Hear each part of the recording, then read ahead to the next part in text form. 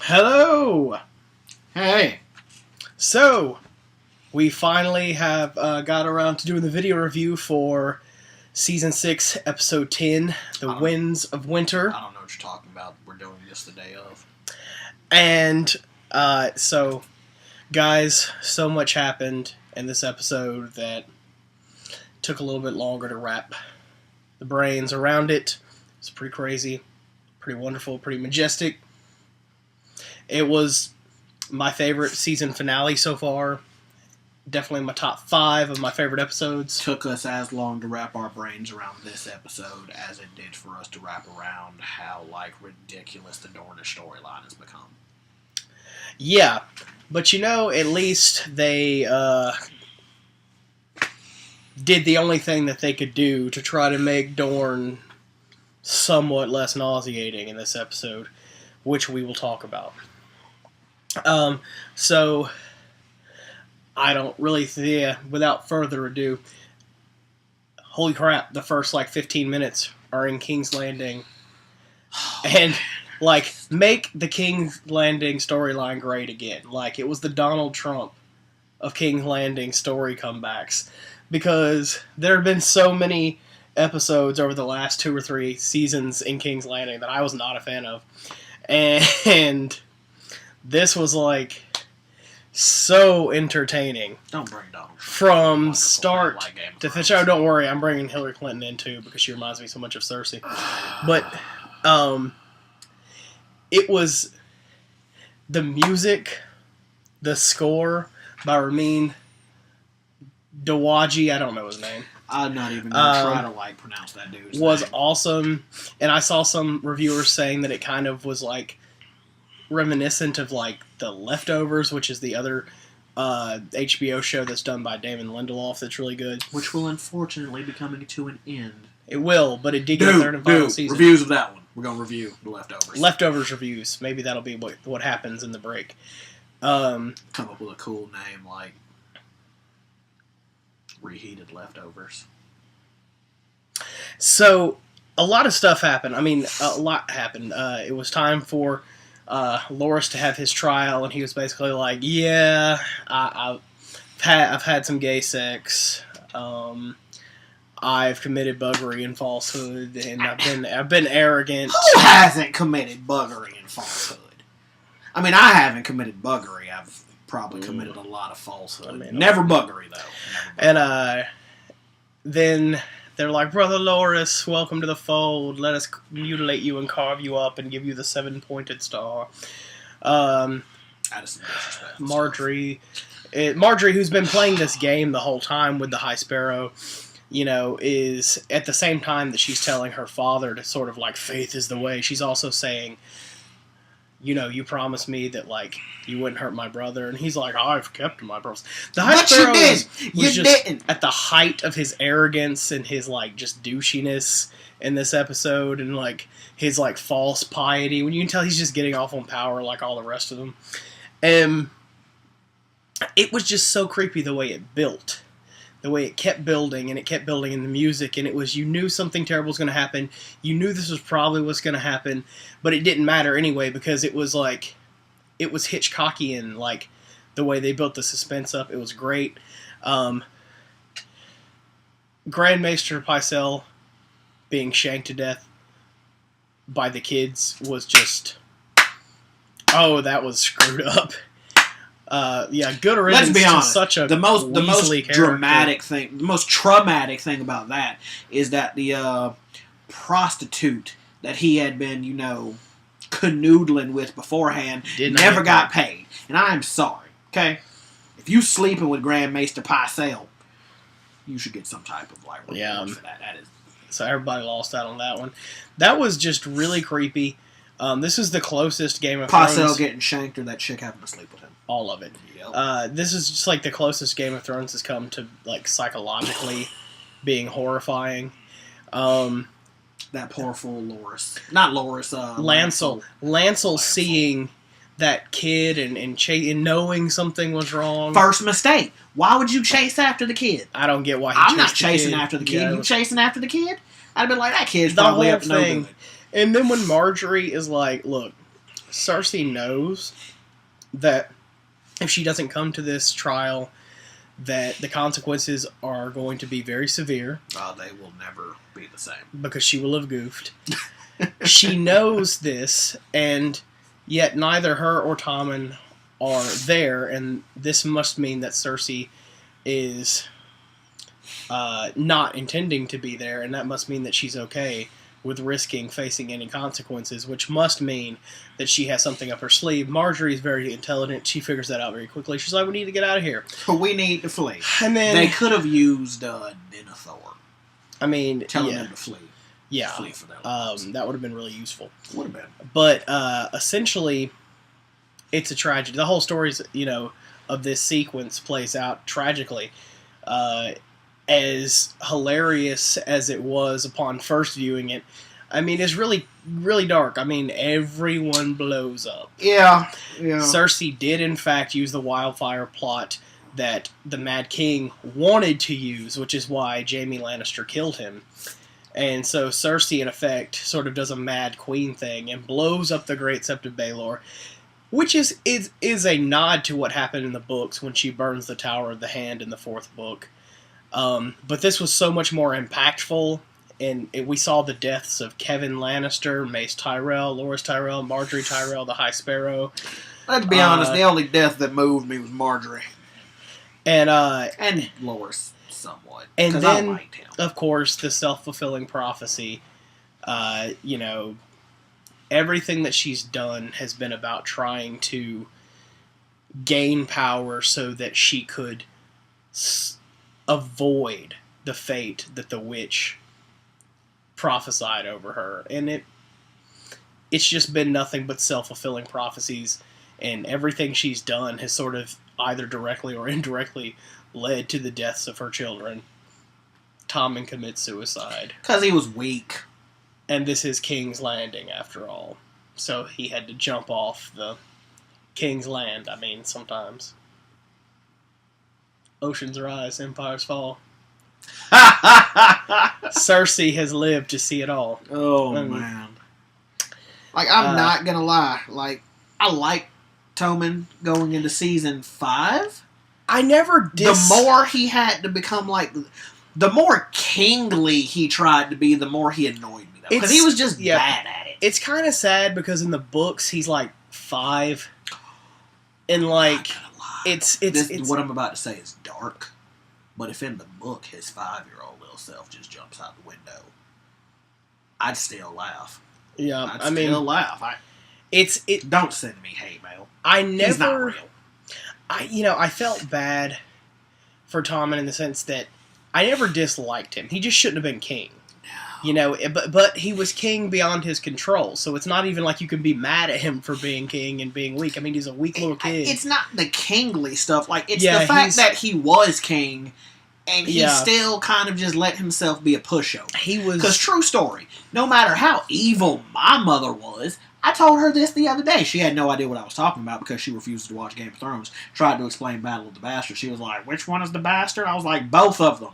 She was like, wait, then why are they fighting? I was like, I can't explain this to you. Just watch the damn show. They separate bastards. Right? They not kin. It's not like all bastards are boys. That's not. It's really very true. But I was like, you're my mother, and even if you had done half of the evil stuff that Cersei Lannister did, if I was king and a group of militarized religious fanatics came for you and locked you up, I would have killed all of them.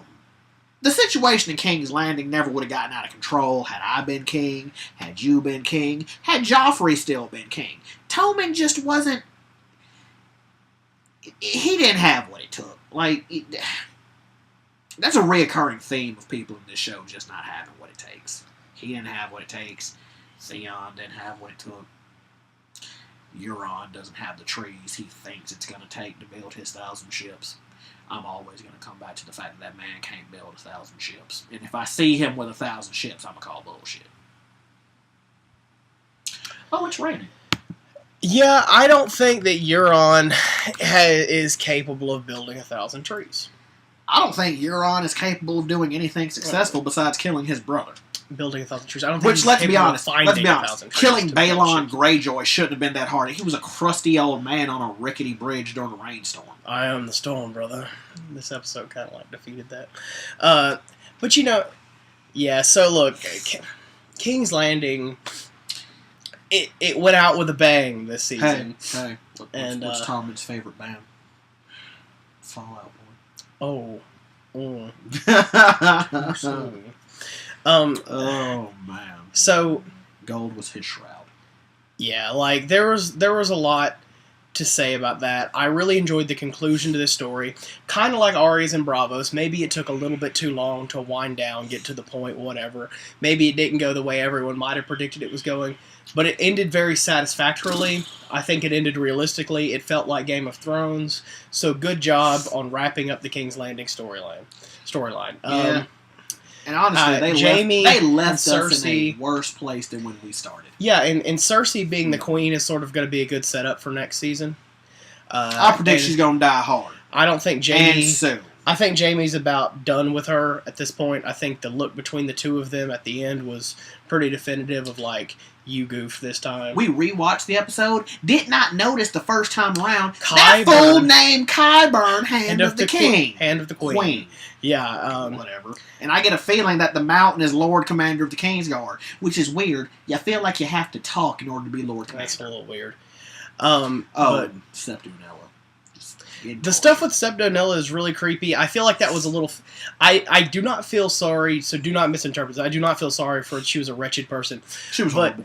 Do you get the feeling that, to me, that was literally just fan service? Like, that was, like, very fan service-y. She's even saying, like, shame. Yeah. Like, yeah. That's fine. It's fine. I'm not knocking it. It's all right fan service because it is something that Cersei would have done. It is something that Cersei would have done. It works for the show. That doesn't strike me as something that would happen in the books. It was a little... And I mean, I think that's true. Your phone is blowing. Well, if you knew the messages I just received a minute ago, you would understand why. Oh. Yeah. I will not bore all of you in TV land with what's happening, but some dramatics are happening on my phone right now. My friends, I'm going to have to hide this phone because I'm going to have to deal with whatever... fire that is blowing up like the Great Sept of Baelor. Essentially, okay, so after all the King's Landing stuff,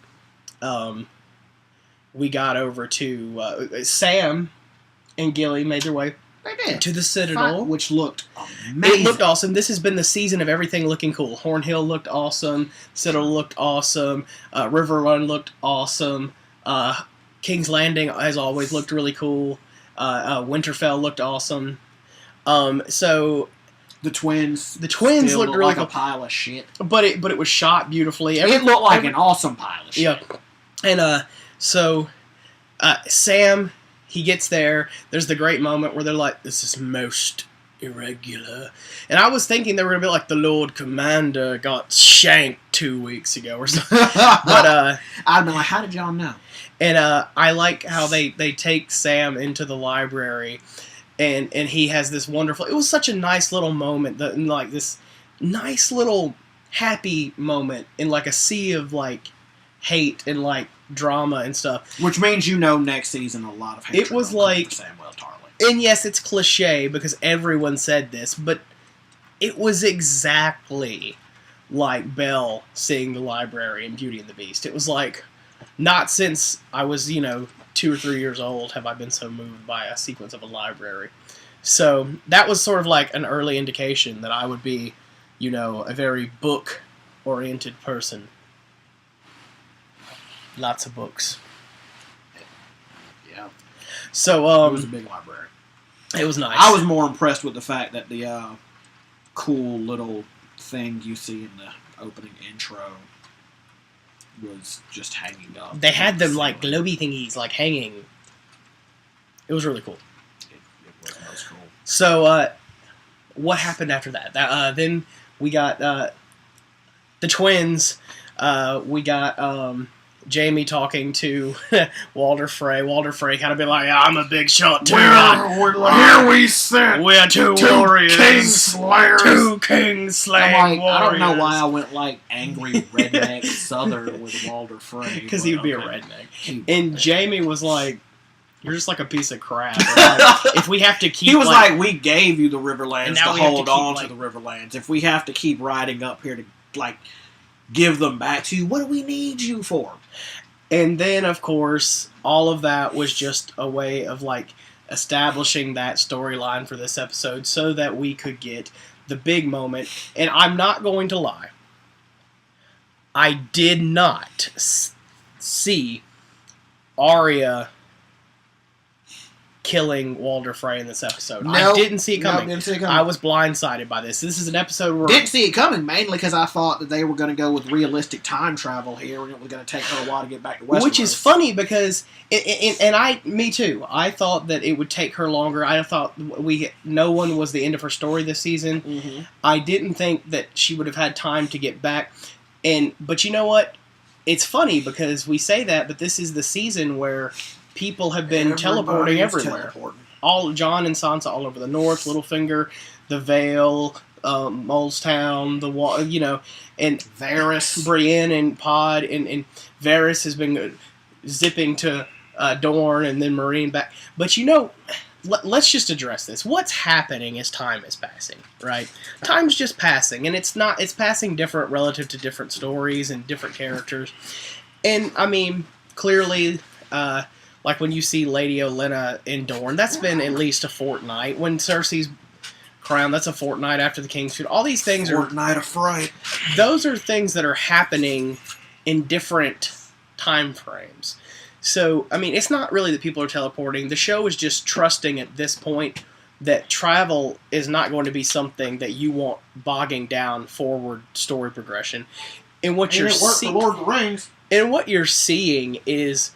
They're just doing it without putting up like a place card saying 3 weeks later or 2 days later, And I think that we're all smart enough to figure that out. So yes, we do make some jokes, especially this season, about how it feels like they're teleporting. But for the people who are complaining about that, I think you might be missing the point. Like it's not like a mistake on the part of like the editing or anything like that. It's a decision based on the fact that they think that at this point you're ready for forward story progression. There's not a lot of time left to finish the story, and they expect that you can keep up with what's happening. So Jake thinks better of you. I just think you're stupid. Yeah. So common sense. But Arya killing Walder Frey. While amazing, that was cool. That was great. Best part about that scene, Frey pies. Frey pies. I did not think we would get Frey pies. Didn't either. I'm glad, even though we did get Manderley we got Lord Manderley in this episode. I'm glad that we got the Frey pies. I'm glad it was in this. You think he read the script and was like, I don't at least get to do the Frey pies? Yeah. I get like 2 lines and one of them isn't Frey pies, really? I think I'm really glad how this played out. I really am. And it was very satisfying. Indeed. It took years. It took 3 years for it to happen. But we got some real, between Jon and Sansa defeating the Boltons and taking back Winterfell, and Arya this week killing Freys, we got the catharsis for the Red Wedding. And that was really cool. It bookended that story nicely. I'm glad Arya's back. I think she might be a little bit cray-cray. I'm okay with it. Whole family's almost been reunited. I'm okay with her being a little cray-cray. Can't wait to see her be little Lady Stoneheart next year, perhaps. Yeah, that's the only way we're getting that storyline. Although I fear for Thoros and Mir, Barrett Dondarrion, and Melisandre if she shows up. Right. Over in Marine, there was this moment where Daenerys basically explains, look, for political reasons, Daria, I'm going to have to drop you. Stay here in Marine, yada, yada, yada. Garbage. I don't have a problem with Dario in the show. In the books, he kind of in the book he's suspect. In the show, I don't have a problem with him. I like that actor. I like his character. Probably all helps right. that he doesn't have like dyed blue hair and golden mustachios. Yeah, and I mean he's not fake in the show. He loves Daenerys. It is what it is. I don't think anyone ever thought that they were going to like end up together, or that was something we were supposed to be very invested in. Well, it's also not as creepy in the TV show because there's not that huge age difference. Because in the book, she's like 16. Yeah. And he's a grown man. And so, but, you know, it is what it is. It makes sense. It was Tyrion's advice to her. She's going to have to marry probably for political alliances. Of course, we're talking, and the only person... Dany and Jon, 2017. The only person that it really makes any sense for her to marry is Jon. But we'll talk about that later when we get to Jon's story. We see Tyrion, and she makes Tyrion Hand of the Queen. Everybody getting promotions this episode. A much better Hand of the Queen selection for a much better queen. It's true. It's true. And Tyrion gets a nice little speech about, you know, he's always been kind of cynical, but he really believes in Daenerys. He believes in her capabilities. He believes she might actually be worth all of the struggle that it's going to take to get her on the throne. Hopefully she doesn't disappoint him and go crazy. Yeah. And then over in... we finally saw Dorne again. I appreciate that after they just finished their terrible story they'd set in motion last year, that they just let that sit. And then they gave us some fan service when Lady Olenna is like, look, Cersei took everything from me. Shut up, all you stupid little girls that look like little boys. I didn't come here for you. Like when she verbally bitch slaps the sand snakes, and she's like, look, I don't want to survive. I'm here because I want vengeance. The Tyrell army can help the Dornish. We can both get vengeance. And the Dornish response is, and it is a play. It is a play on what happened in the book, so I'll give them that. They're basically like, look, we can give you what you want. This can be a good partnership for us. We can give you fire and blood. So Varys pops up. So the Dornish Targaryen alliance... I'm cool with it. I like it. It's a form of what happened in the book. I do not appreciate the fact that in order to get to that storyline, they basically just took a giant crap all over Oberyn and Dorne. Look, the Dornish storyline was my favorite part of the fourth book. House Martell was my favorite house in the books. Unbroken. They've completely... books. It's the only storyline Game of Thrones has done this to. They completely ruined it. It's very true. That's just my luck that they completely ruined my favorite storyline. But what I will say is it took them a roundabout way to get to it, but they figured out a way to kind of sort of cycle back around to the basic underpinning of what happened in the books. As long as they don't give me too much goofiness from the Sand Snakes going forward, and they don't give me too much Alaria, I think I'll be okay with it going forward. I think that in a few years this is going to be like... They just need to let the... You know how we talk about Lost, and it's been 6 years since Lost ended, and we'll look back on the things about Lost that we didn't like Nikki and Paolo, Jack's tattoos. We talk about those things... Nikki and Paolo, Billy and it's more of a joke now. We're not really upset about it anymore. I think that's what it's going to be like. I think we will always kind of eye roll when we talk about the Dornish. 6 years from now, we're going to be like, hey, you remember when they completely just goofed up on the Dornish? But we're not. I don't think I'm going to be eternally angry about it. So whatever. I'm glad that and as far as next season's concerned, as long as they let Olenna Tyrell do all of the talking. So that's cool. Highgarden, Dorne, and Daenerys's army, navy, and air force. The Dothraki, the Unsullied, and the dragons. They are all three. Let's be honest. She doesn't even really coming need for King's Landing. The ships and the soldiers. She got dragons. Dan and Dave said that they're not stalling anymore. There's maybe 13 episodes left, stretched across two shortened seasons. They're not going to be there's not going to be any stalling at this point. They are pedal to the metal that this episode was the first chapter of the end of the story, and you can tell that. And I think I don't think there's going to be any delays. No. I think Euron might pop up with his 1,000 ships he magically got. I think he's going to get put down really quick in one episode. The way that I really think that there might be kind of a cool naval battle next season, and it might be one episode, and it might look cool, but they're going to put Euron down. I don't think it's going to be a big deal. He's not going to have a mystical dragon horn. He's going to die real quick. In the books, he may or may not really have this mystical dragon binding horn. We'll see how that happens in the books. And you know what? We'll do a Winds of Winter and a Dream of Spring book review if those ever come out. We'll be dead before then. I mean, we might live to see Winds of Winter. I don't think we're ever going to live to see a Dream of Spring, because the writing projections in those computers have him finishing that in like 2056, and he'll be long dead before that. So, how old is he now? Like 60? I made that figure up. They have him finishing it in like 2025 or something. But I wonder how many raptures we'll go through before then. So Daenerys is sailing for King's Landing. Nothing's going to stop her. She's going to get to that throne. I think she's going to marry Jon Snow. Which brings us to Bran gets to the wall. Yes. And Uncle Cold Hands is basically like... I'm not going to lie. Nothing else in that episode. We could have gotten like a 20-minute episode just with the end of the Tower of Joy and then the stuff with Jon. That'd have been like greatest finale ever. Uncle Cold Hands is basically like, look, I'm half dead. I'm the walking There are magical dead. wards in the wall that prevent really, the dead from passing. I can't really get past that wall, so I still fight for the living. I'm going to do what I can. I'm calling it. Whatever bad mojo the Night's King put on Bran so he could get in that tree that had the back door, still haven't figured that one out. Why does a tree have a back door? Because he's going to call for a back door, I'm assuming. There needed to be something for Hodor. It was a backdoor plot element. Hodor had to hold something, so, you know. But Bran is going to pass through the wall. That mojo is still going to be working.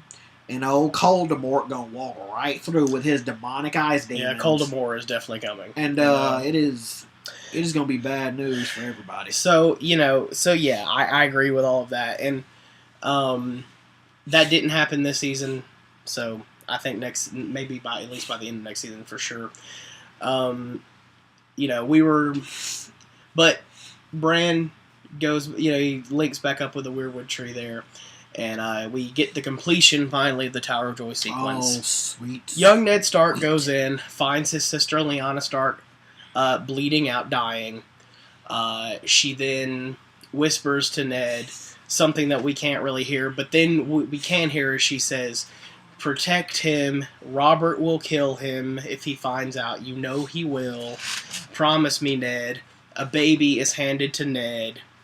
Ned looks down. We see the baby's pretty brown eyes, and then it holds on it and fades into Jon Snow, thus confirming Rhaegar Targaryen plus Lyanna Stark equals Jon Snow. Let me tell you something. Nothing else that happens for the rest of the year matters. Because we've won. Because I won. We were right about that from day one. Oh my God! I'm so glad we connected with that one it was the mystical property because if we had missed which holds the fabric of the universe. If we had missed that one, first of all, we would have smacked each other in the face, and it would have been. And we don't know how to edit, so that would have been like all over the place. R plus L equals J, man. I mean, I cried. It was so emotional. Man. It was so cathartic, and it was so wonderful, and it was everything it needed to be. She whispered something to him. We both agree with an online, an article that's making the rounds online that basically says that what she whispered is Jon's real name, or what his given Targaryen name was going to be, which is Jaehaerys Targaryen, which was would have been Jon's great grandfather. And we're not going to go all into all the book. You can actually learn all about Jaehaerys. You thought we weren't Targaryen. Sneak it in. And George R. R. Martin, Elio M. Garcia Jr., and Linda Antonson's The World of Ice and Fire, The Untold history of Westeros. We've got to find a way to get that The on game. there to where it's not backwards. Thrones. Yeah, and look, all I've got to say. I feel like that's hurting. All I've got to say is, yeah!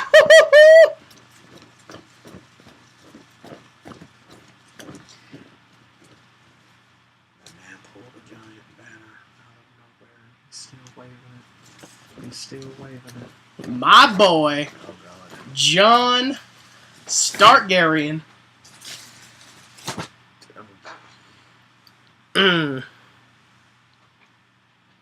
All right. Daenerys may be in the great game, but I've achieved the great victory. You good? Not since this gentleman here was introduced to my life have I felt more attached to a hero the way I do to Jon Snow. And spoiler alert, much like Jon Snow, he gonna be coming back from the dead sometime next year also. Although technically, he did it first. So yes, Jon is the Yep. heir to the throne. He has a better claim than Daenerys. We will talk all about that next season. That's going to be a big thing. We think they're going to get married. Before we dive too much into Jon's story, just some brief asides. Davos finally confronts Melisandre. It played out the way I thought it would. He was basically like, I'ma kill you! yeah, he's emotional, you know. She's like, look, yeah, what I did was wrong, but like I was wrong. And you could tell like she knows she goofed on that. She feels bad. She's like, look, I'm not gonna die now. The Lord of Light's not done with me. It was kind of like exactly the one it needed to be. We knew Jon wasn't going to kill her. Jon did the only thing he really could. It was a very Ned Stark thing to do. It was. Banishes her, so she goes off, and that's I'm fine. so glad that I can say like his uncle now, Yeah, and it not just be theory. yeah. And so then, you know, so that was great. The acting from the guy that plays Davos was really, really good in that scene. And then there's the nice moment between Jon and Sansa, and where basically they didn't make a big deal out of it. Like, she was like, look, I was wrong. I should have told you about this. And he was basically like, look, we've really just got to trust each other going forward. We have a lot of enemies. There's the nice moment where she's like, the White Ravens have come. And Winter's here. And there's that beautiful moment. Always said it would be him. Oh, yeah. His uncle did promise that winter was coming. Ah! And you know, so that was great. And that was a nice moment. I'm glad to see that and you see many times this episode, she's on Jon's side. Yeah. The moment, true story, that is going to be the only happy moment the entire winter. Yeah. Because when Littlefinger is death basically like, he finally like just admits straight up he wants to be king. I always close my eyes and picture myself on the Iron Throne. And if the actions I'll take won't make that come true, it's actually good advice, but like then not, I won't but like, do them. It's like for a terrible plan. Right? And what I dream of is sitting the Iron Throne with you as my queen. And we were all like, everybody's got a dream big. He's the king of going in for like, I'm a kiss kisses you at now. the wrong time. With the wrong It's person. as if fate has afforded us this opportunity. Fate didn't afford you that opportunity with Kat, and Sansa curved you real quick. She was like, oh, that's a pretty dream. Bye-bye She's like, now. that's nice. Bye-bye now, swerve. And that was great. And then, you know, later on, when he sees that Jon is being proclaimed king in the North, He's like, what? He's like, this was not the plan, and he gives her sort of a knowing look, and she's like, but you know, I don't think that's going to be a big thing next year. Some people are really worried about that. I think Littlefinger will continue to have Littlefinger will try to like insert himself and cause drama. I think Sansa's been through enough to where she'd be like, I think it's getting to player. the point where they're going to like be getting rid of of characters that are not completely essential, and he's next on the chopping block. Yeah. And also, when he goes, can we just get rid of Rob and Aaron also? Yeah. Let's let Jan Royce take care of the Vale. So, basically, the last thing we wanted to talk about was just how awesome Lyanna Mormont is when she stands up for Jon, and she's like, look, I don't care if he's a bastard. This is our king. We know no king but the king in the north, whose name is Stark. King in the North, and the Glovers White and Wolf, Manderleys. yo. He's the White Wolf. We regret not fighting for him. He's the King in the North. That was so cool. It does recall the earlier seasons with Robb. Some people were like, "Oh, that's kind of like foreboding, like because that happened with Robb, and that means John's gonna die." John already died. I don't think that was the point of that scene at all. I think that was a pure triumphant moment. I don't think that was supposed to be anything more than that. It was such a great moment because that was John's character arc. He went from literally being dead to being king, and being heir to the entire throne, in this season. So he had a wonderful storyline this season. Also, can we just go ahead and say that we know that there are some people out there who still believe that Rhaegar, kidnapped and raped Lyanna. I'm going to go with 99.9 times out of 10. He did not kidnap or rape her. She was in love with him. They ran off. They got married. I don't think it's nowhere near as nefarious as people try to make it out to be. No. Clearly what happened, we pieced together from listening to Barristan and listening to Hell, even that knowing look Littlefinger gave Sansa last season. Yeah, I mean, it's pretty clear that what really happened was that Rhaegar was in love with Lyanna, and Lyanna and Rhaegar decided to sort of elope together. Obviously, they did not intend for what happened to happen, but what really set it off was when Rickard and Brandon Stark went to King's Landing. And when Brandon was like, "I demand your son come out here so I can kill him." And then when the Mad King's response was to kill both of them, that was really what set it off. So I think Rhaegar and House Targaryen's champion is fire. I don't think that. I think it was silly of them to run off and elope like that, but I think that was their only crime there. I think it was Rhaegar's only crime there. I don't think that he kidnapped her and raped her. I think that he was a good man and a good fighter, and I think that a lot of the qualities we see in Jon are, of course, from Ned, but I think some of them are from Rhaegar as well, and I think that that's going to be something that comes out. So, overall, I don't think we missed anything. Brienne and Podrick didn't make it back to Winterfell. They don't have a whole. So they're still traveling. Technology. We didn't see Jorah again this season. Soon we'll see him next season. Any thoughts or predictions on next season? Just anything off the top of your head, what you think's going to happen? I think Jon and Daenerys will meet and possibly get married. Jon and Daenerys are going to meet. There'll be some sparks.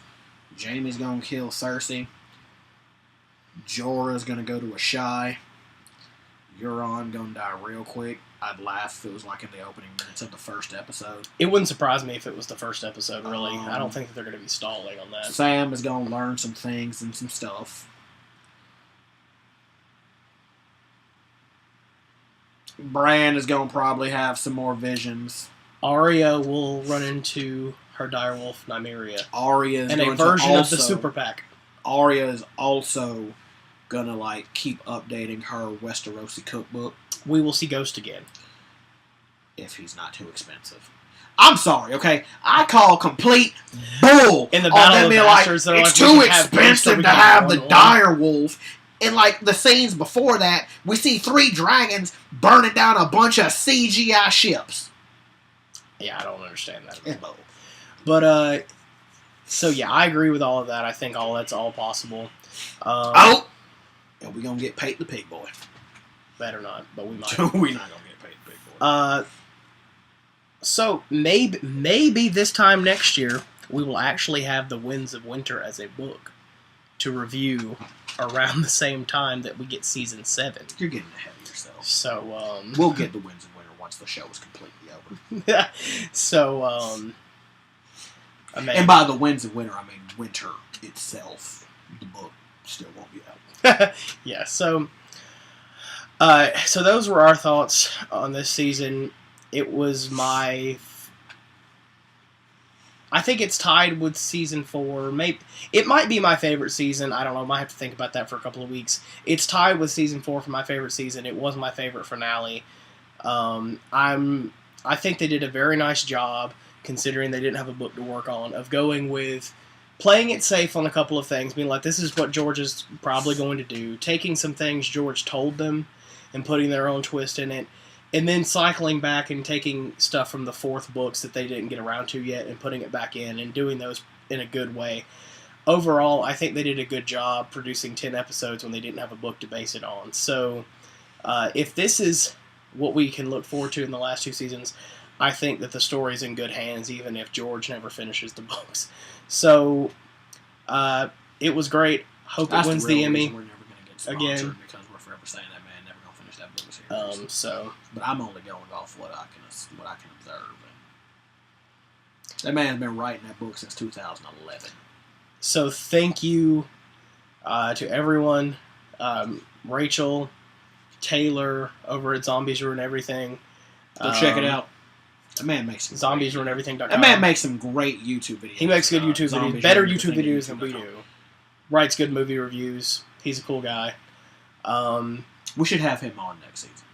We should. Especially if Barrett Dondarrion shows up. Right. Because that man, we need to get him a Lightning Lord t-shirt.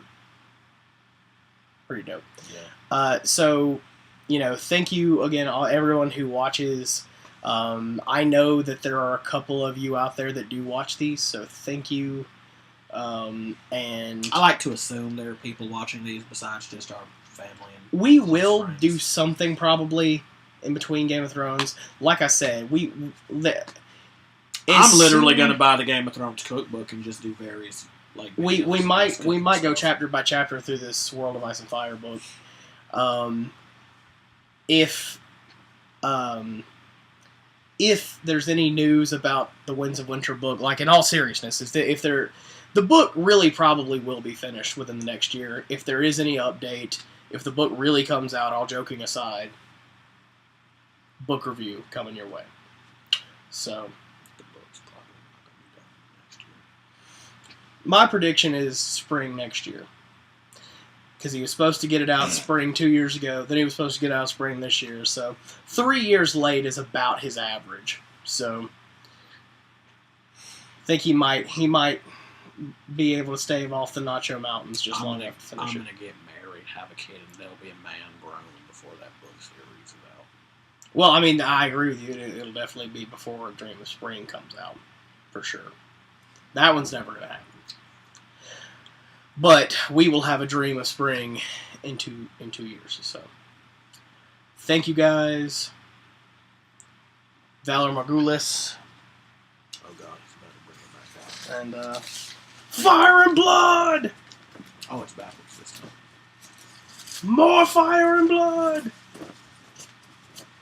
Okay, Aegon, calm it down. Do it. No. Now I gotta go check my phone because it is still blowing up way worse than that, like Septa Baelor. I mean, as long as you don't jump out the window at the end of whatever conversation is going on, you should be good. Not gonna lie though, bro, if you jump out the window, it would be like he died the way he lived, apparently. Real weak. It was shocking. Like, I didn't expect it.